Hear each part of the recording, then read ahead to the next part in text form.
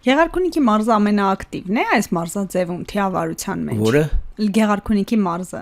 Նկատի ունեմ Սևանը, Մարտունի, Վարդենի։ Չի ասի, բայց այն որ ասում է քյորերի մեջ մի աշկանին թակավորը, հիմա նա է, էլի։ Նրանց մոտ էլ այդ բաները, բայց համեմատ մեզ ինքը շատ մակույտներ ունի։ Մանկապատանեկան քանի դպրոց ունենք թիավարության այսօր։ 2 Այդ Սևանի մանկապատանեկան դպրոցը եւ Երևանի մանկապատանեկան մարզադպրոցը, այդ երկուսն են։ Քանի սան ունեք, ինչպես են երեխաները գալիս ընտրում հենց այս մարզաձևը։ Որոշ մարդիկ գալիս տեսնում են, իսկ հիմնականում գնում ենք դպրոցներից հավաքում ենք։ Եթե մտնում ես դպրոց, ուրեմն շատերը չեն էլ իմանում ինչ է թիավարությունը։ Մեկը կարծում է ձիավարությունն է, մեկը էսա, մեկը նա, հետո ենթարենք 10 հոգի գալիս են, 10-ից մեկը չի մնում։ Հիաստավում գնում են, առաջինը պայմաններ չկա, վատ է։ Երկրորդն էլ բոլորը չի որ սա տարածված ձև չի էլի Հայաստանում, դրա համար չեն սիրում։ Հիմա ես այդ առաջի անգամ որ այդ գյուղ գնացի, դες հիմնականում ստեղ եմ էլի։ Հիմա դրան էլ կանդրադառնանք։ Լավ, դուք որ Երևանում ծնվել եք, Երևանում ձեր գործունեություններ, ինչու որոշեցիք տեղափոխվել գյուղ։ Ամենաառաջինը այնտեղ այդ լճերը որ տեսանք, դա սովետական միության ժամանակ ավազ են հանել, ավազը հանքեր է եղել, բայց առատյան դաշտում որ ջուրը շատ էր, առաջացել են լճեր։ Ես մեծ ոգևորությամբ գնացի, որ այնտեղ պարապեմ եւ ցույց տամ իմ ունակությունները այդ սպորտաձևում։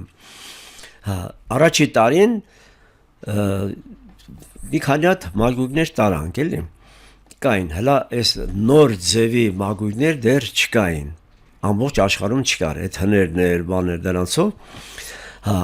Ուրեմն շատ երեխեք եկան որպես նորույթ։ Եվ մենք մեկ ամսվա պարապող ենք, եկանք Հայաստանի Հանրապետության մասնակցինք ու պատկերացնում եք երկրորդ, երրորդ, չորրորդ տեղեր գրավեցին այդ երեխեքը։ Որտեվ ընդհանրապես գյուղ երեխեքը շատ ամրակազմ են։ Որտեվ ուտում են նատուրալնի։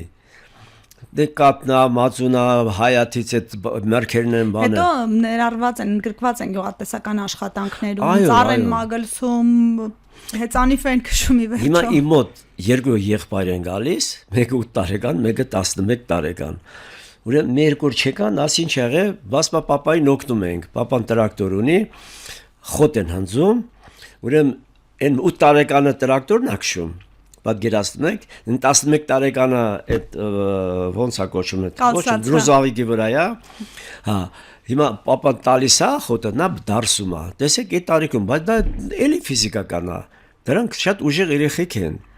եւ պլյուս սնունդը դրանց մոտ, կով ունեն, բան ունեն, հավ ունեն, ես ունեն, այդ առավոտ ասում եմ մեկ ամսով պարապող էին, բայց ընթացքում ես ոչ մի մագույց չստացա, դրանք շարքից դուրս եկան, հիմա իմ մոտ մի մայկուկի վրա 5-6 երեխա 10 րոպե նստում վեր են կանում, դրանք ոչ արդյունքի կհասնեն, ոչ էլ կսիրեն, ոչ էլ կգան։ Պարոն Մելիքյան, թիակներ են հարկավոր, մակույկներ, փրկողակներ, շատ մեծ ռեսուրսներ չի պահանջում այս մարզաձևի համար։ Դուք ինչ որ ջանքեր գործադրել եք, որ ֆեդերացիա վստահաբար կա դիմեք, նախարարությանը դիմեք, ինչ որ մի կերպ, եթե կա հետաքրքրություն զարգացնեք։ Ես դիմել եմ եւ ֆեդերացիային, եւ սպորտ դպրոցի տնօրությանը, եւ նախարարին։ Հիմա մեր սպորտը գտնվում է գիտության, կրթության, մշակույթի, սպորտի նախարարություն 4 ձև։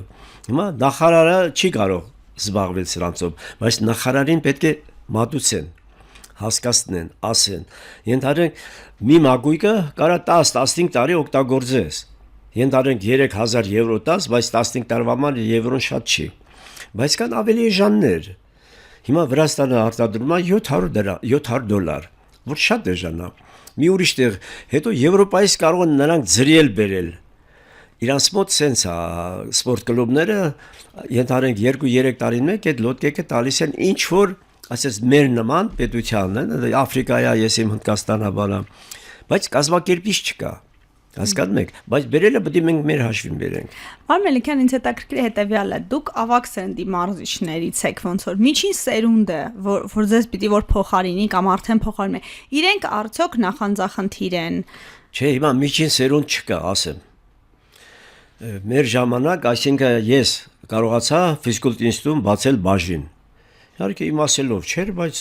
դիմեցինք, բան ընդհանրացեցին։ Դրանից հետո էլ բաժին բացելու համար ամենակիչը 10 հոգի մարդ պետք է լինի։ Հա դրանից հետո արդեն չկան, հատուկ են մարդիկ են լինում, ընդունում են, գալիս աշխատում են։ Հիմա ներկա մոմենտում, եթե չեմ սխալվում, մարդ չկա թիավարությունից ֆիզկուլտ ինստիտուտում սովորող։ Այդ միջի սերունդը, որ ասում եք, չկա։ Հետո նայեք, տեսեք, հիմա Հայաստանի առաջնությունն է լինում, ընդամենը 4 հոգի մարդ կա, որ ոչինչ են քշում, հա։ Եվ դրանք գնում են, եթե հնարավորություն ուներ տեսնել, այս վերջերում եղավ այդ մրցումները, ցույց կտանք էլի ոնց են քշում։ Վերջի տեղից ահագին հետ են գալիս, որոնք իրավունք չունեն մասնակցելու այդ մրցումներին։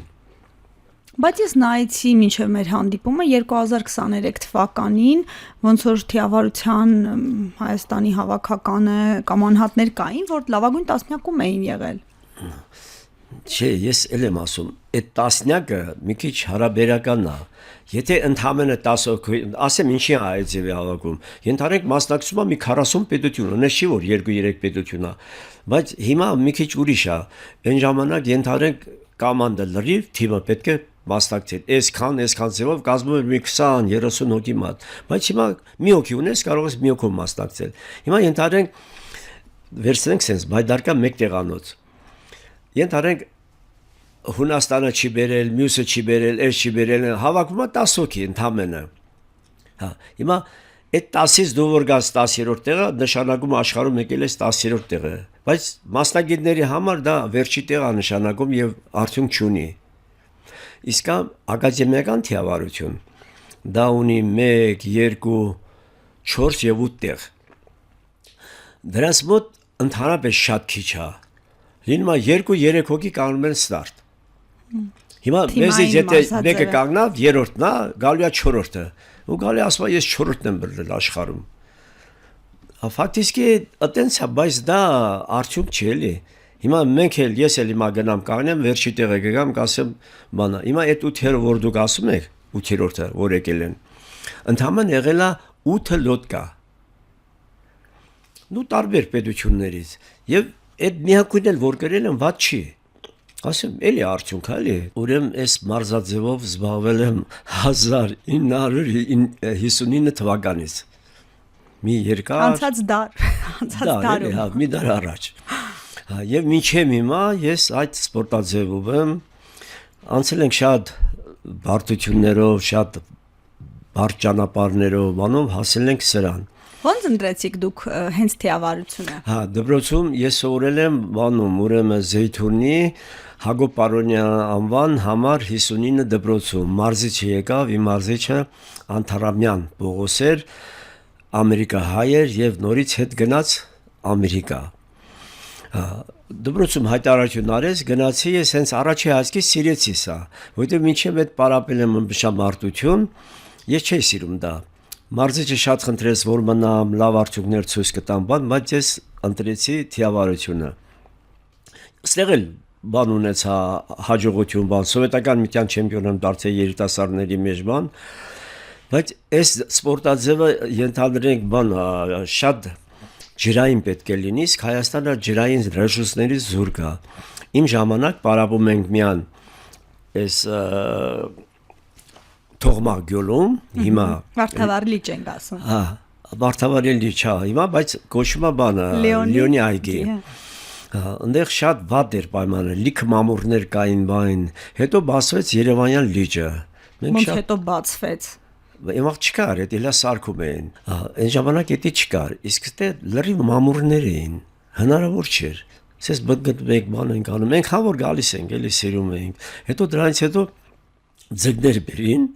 գցին այդ մամուռը լրիվ կերան, մինչև այդ արդեն բացվեց Երևանյան լիճը։ Ու մենք շատ ուրախությամբ գնացինք ընդ պարամունքների եւ ահագին չունենալով այդ ջրային մեծ պաշարներ, գետեր, լճեր,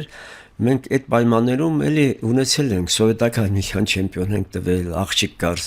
Սոֆիկ ռայոնից էր Սևանից,